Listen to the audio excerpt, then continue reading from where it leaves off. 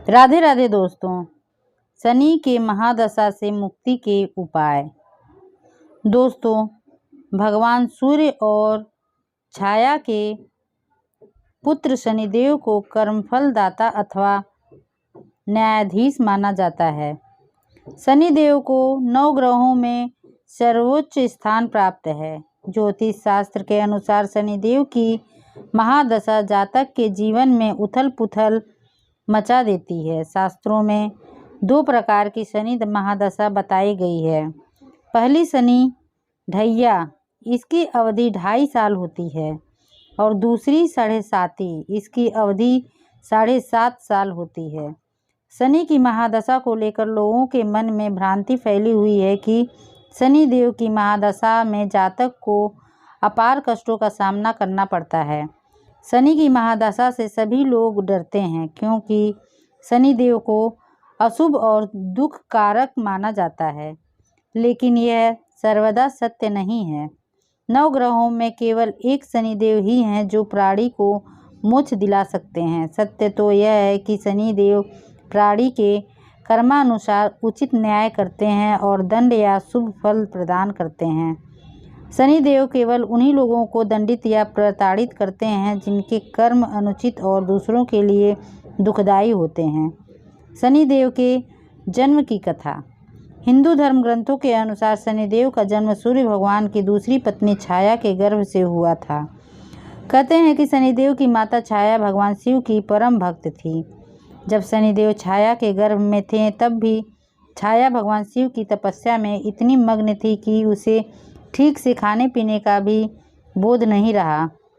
घोर तपस्या में लीन रहने और ठीक से खाना न खाने की वजह से गर्भ में शनिदेव बहुत कमज़ोर हो गए और उनका श्याम वर्ण हो गया।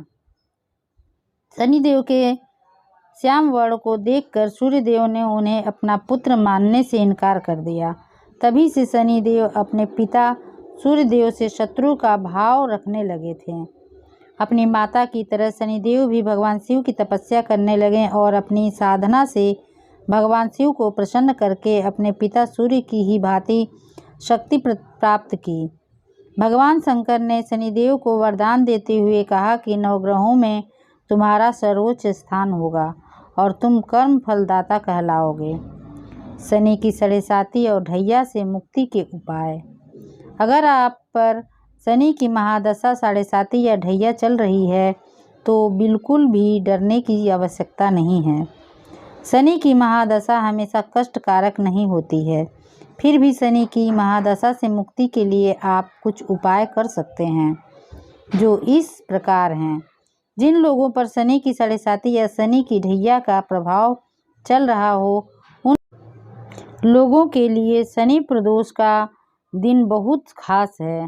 शनि प्रदोष व्रत करने से घर में सुख समृद्धि और खुशहाली का आगमन होता है। साथ ही नवविवाहित साधक को पुत्र रत्न की प्राप्ति होती है। अतः प्रदोष व्रत पर साधक को श्रद्धा भाव से भगवान शिव एवं शनिदेव की पूजा करनी चाहिए।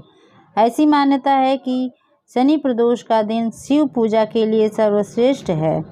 अगर कोई व्यक्ति लगातार 4 शनि प्रदोष करता है तो उसके जन्मांतर के पाप धुल जाते हैं। साथ ही वह पितृ ऋण से भी मुक्त हो जाता है।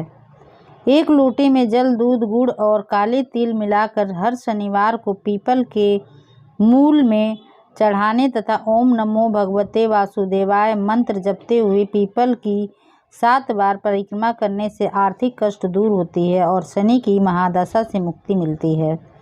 हर शनिवार को पीपल की जड़ में जल चढ़ाने और दीपक जलाने से शनि की महादशा और अनेक प्रकार के कष्टों का निवारण होता है।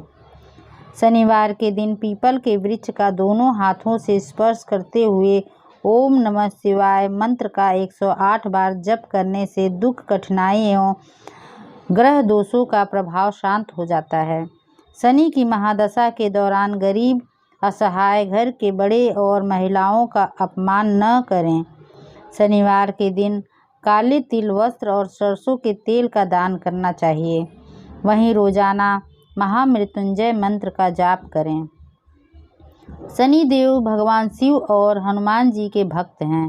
इसलिए जो साधक भगवान शिव या हनुमान जी की श्रद्धा भाव से पूजा करता है उसके लिए शनिदेव की महादशा कष्टकारक नहीं होती। जातक को शनि की महादशा के दौरान हनुमान चालीसा या सुंदरकांड का पाठ करना चाहिए। दोस्तों, अगर जानकारी अच्छी लगी हो तो इसे शेयर करें, लाइक करें और हमारे चैनल को सब्सक्राइब करें। धन्यवाद।